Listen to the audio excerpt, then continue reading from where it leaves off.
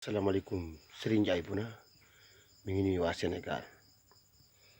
ashadu an la ilaha illallah ashadu anna muhammadan rasulullahi sallallahu alayhi wa sallam maa ngi naqarlu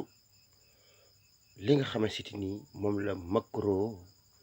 nekk di ko critiquer yonent bi sallallahu alayhi wa sallam nga xam ne mooy ngën gi mbindéef nga xam ne lu yàlla bind yonent bi moo tax ashadu an la ilaha illallah ashadu anna muhammadan rasulullahi sallallahu alayhi wa sallam yonent bi mooy ngën gi mbindéef Macron tooñ na jullit yi tooñ na jullit yi sunu borom yi waaye na xam ne ñun ñëpp ci suuf lañu jóge ci suuf lañuy dellu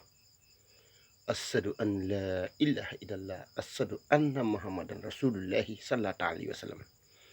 maa ngi julli ci yonent bi sallallahu alayhi wa sallam mi nga xam ne mooy ngën gi mbindéef nga xam lépp lu yàlla bind doomu aadama ko ci gënal mu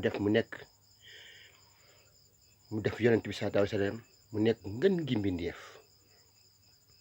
ma delluwaat ci sunu borom mi nga xamante ni moomu bind di ko tuubal di ko jéggalu sunu borom te di ko ñaan ci barkeb yonent bi sallallahu alayhi wa sallam nga xam ne nekk ci weeram bu tedd wii président France bële nekk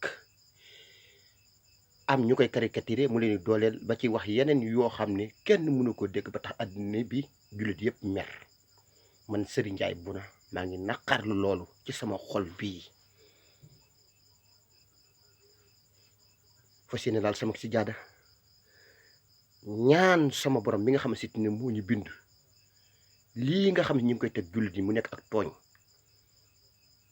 ñi koy tooñ yàlla buñ am ndam ci lislaam pour bëgg koo fay pour bëgg ko nasaxal yàlla nañ fay ñoom ñi koy jéem a nasaxal yàlla buñ am ndam ci kanamu lislaam ci barke Seydina Muhammad sallallahu alayhi wa sallam Serigne Ndiaye Bouna maa ngi naqarlu li nga xamante ni